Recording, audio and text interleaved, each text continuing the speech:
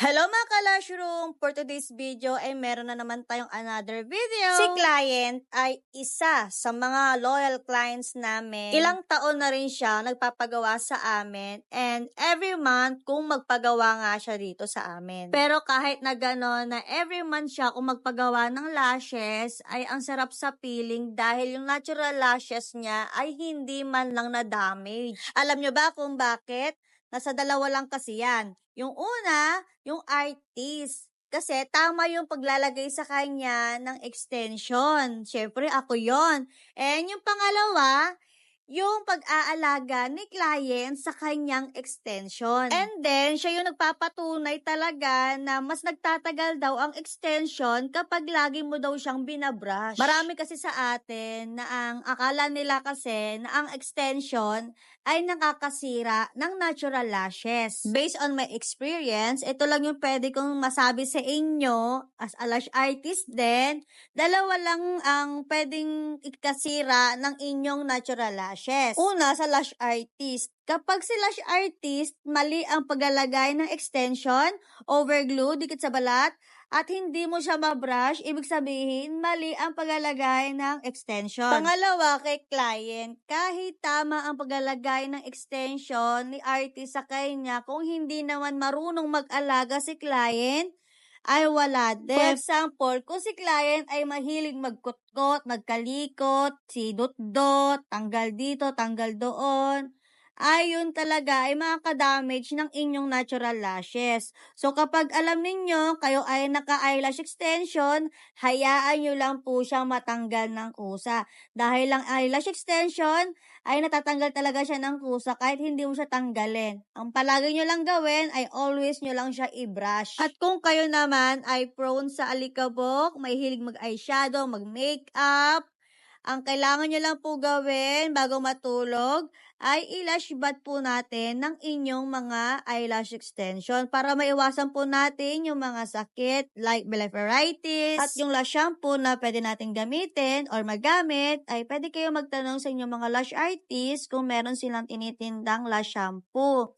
Kung wala naman, pwede kayong umorder sa mga yellow up natin. So, ayun na mga ka-Lushroom. Balik na nga tayo sa ating ginagawa. So, si client, ang palagi niyang pinapagawa talaga sa akin ay makapal. Kung hindi makapal na dull eye, wet lash. Ngayon naman, ang ipapagawa naman ni client ay classic pero dull eye ang style. Dahil si client ay magpaparenew ng passport. Kaya kailangan muna natin ngayon na hindi masyadong bongga at baka nga mamaya ay ipatanggal sa kanya ang extension on the spot. Alam niyo ba mga ka-Lushroom, para sa akin, ang pinakamagandang design talaga or set na eyelash extension ay yung classic. Dahil si classic ay mukha lang din talaga siyang natural looking. Pero ang classic set ay hindi siya recommended sa lahat ng clients. Ang classic ay recommended lang sa mga makakapal ang pilik mata, mga healthy, so hindi siya pwede sa mga maninipis ang pilik mata, may damage. Ito naman ay para sa mga kapwa ko lash artist na makakanood ng bidyong ito, 'di ba? Alam naman natin, ang classic ay 1:1.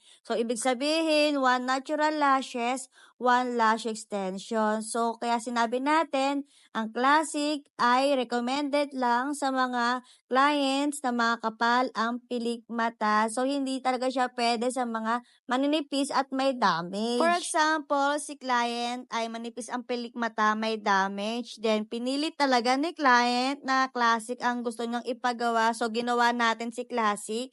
After nun, ang magiging ending, no, mapapansin niya, bakit ma'am dito sa, ano na to, walang lashes, kitang-kita yung space niya. Bakit sa part na to manipis? Bakit sa part na to mas makapal kaysa doon sa isa? So, bago natin gawan si client, ito yung unang-unang mapapayo ko sa inyo mga lash artist, na kapwa ko lash artist na makakapanood ng bidyong ito, bago natin gawan si client, ay meron tayong tinatawag na assessment, di ba? So, sa assessment na yon, doon natin ipapaliwanag yung kung ano yung bagay kay client, ano yung mga pwede natin ma-recommend sa kanya. Pero kasi kami dito, tinatanong muna namin sa client namin kung ano yung mga idea na gusto niyang ipagawa, kung ano ba gusto niya.